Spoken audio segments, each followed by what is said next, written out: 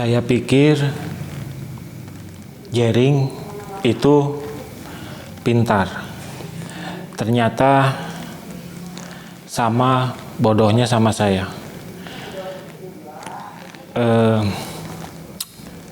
Saya nggak masalah sih, saya suka dengan gagasan-gagasannya. Tapi ketika dia melempar pernyataan bahwa agama adalah bagian dari konspirasi, saya tidak setuju. Saya akan mengilustrasikan di mana ketika Jering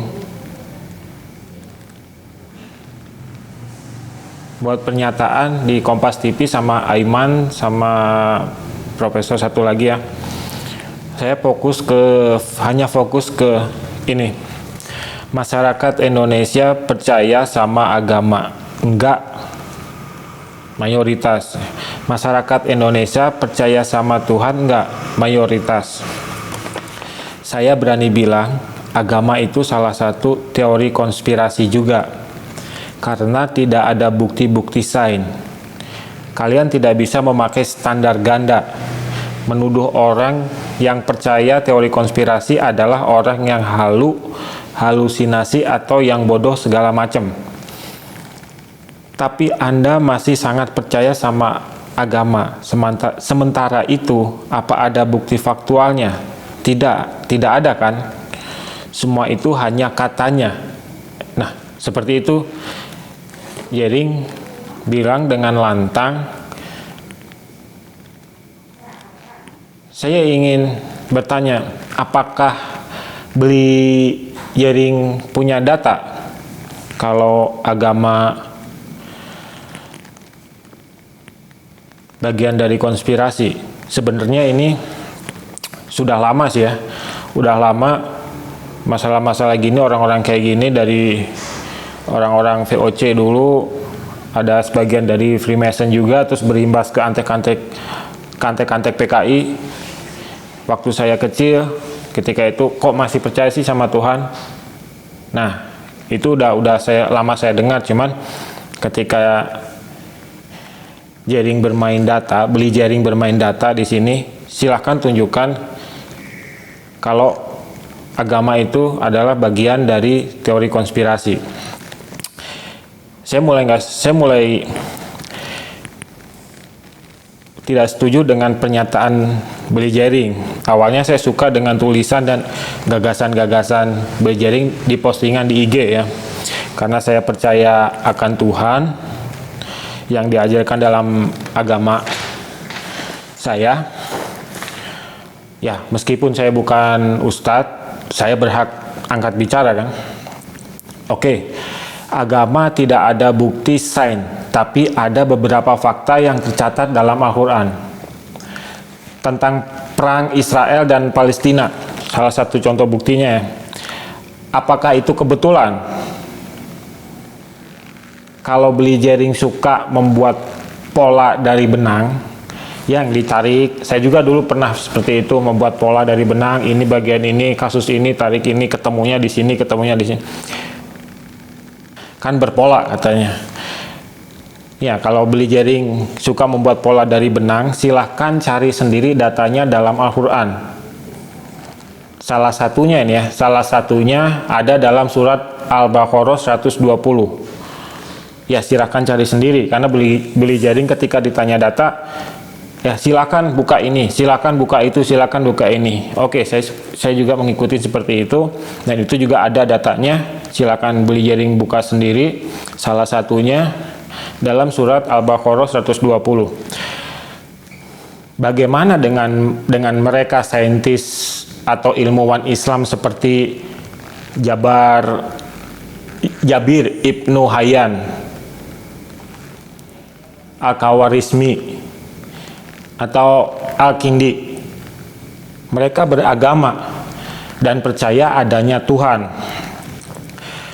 Bahkan menurut saya, agama itu ada sebelum sains itu ada. Ya.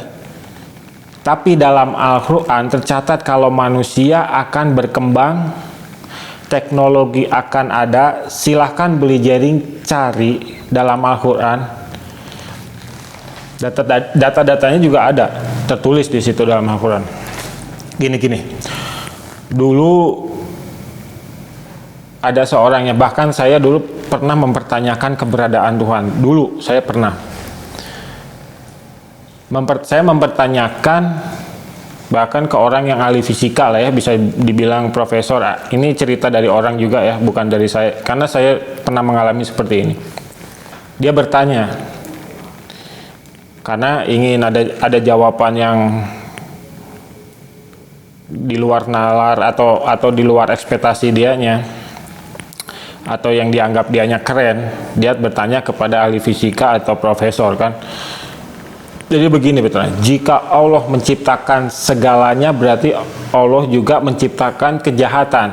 Karena orang yang bertanya ini sok pintar dan ingin jawabannya terlihat pintar, akhirnya yang ditanya ini ahli fisika atau profesor menjawab, bahkan jawabannya pintar menurut saya, penuh makna. Oke, saya akan bertanya hal yang simpel kepada Anda. Tuturnya begitu. Apakah gelap itu ada? Nah, menurut dianya, pertanyaan macam apa? Tentu saja gelap itu ada. Salah. Gelap itu tidak ada. Kalau dalam ilmu fisika, kita bisa menggunakan prisma Newton untuk mengurai cahaya. Kita bisa mengukur intensitas cahaya dalam ruangan. Tapi kita tidak bisa mengukur gelap. Kembali lagi lah dalam pertanyaan, kembali lagi kesimpulannya kepada kenapa Allah menciptakan kejahatan. Ya, di situ dijawabnya antara gelap itu tidak ada. Gelap digunakan untuk menggambarkan ketidakadaan cahaya. Karena seseorang bisa mengukur seberapa terangnya, bisa mengukur cahaya, tapi tidak bisa mengukur gelap. Analoginya begitu. Yaitu simpulkan sendiri ya. Jadi kalau kesimpulan menurut saya, kejahatan ada karena tidak ada iman. Iman itu diajarkan dalam agama. Jadi kejahatan ada pada diri seseorang karena tidak hadir Allah dalam diri manusia itu. Oke, menanggapi soal beli jaring, saya tidak panjang lebar. Kalau beli jaring bicara tentang perjuangan, saya pernah 3 kali gara-gara memperjuangkan ketidakadilan itu dalam skala daerah atau wilayah ya. Bisa dicari datanya, bahkan itu 6 bulan kemarin saya koma terakhir. Mudah-mudahan ini terakhir. Kalau beli jaring bicara tentang perjuangan. Jadi gini, Anda akan membahas tentang masalah agama bagian konspirasi, bahkan mereka yang Anda bilang, yang Anda kecam, yang Anda pola pikirnya sedikitnya seperti Anda. Sebagian mereka dari dulu menjajah Indonesia, VOC atau itu ada sebagian dari Freemason juga, bahkan orang-orang ini tidak percaya dengan agama, bahkan antek-antek PKI. Itu saya membuktikan ketika saya waktu kecil. Saya tahu sebagian yang pro sama beli jaring akan menghujat saya. Silahkan, saya tidak peduli.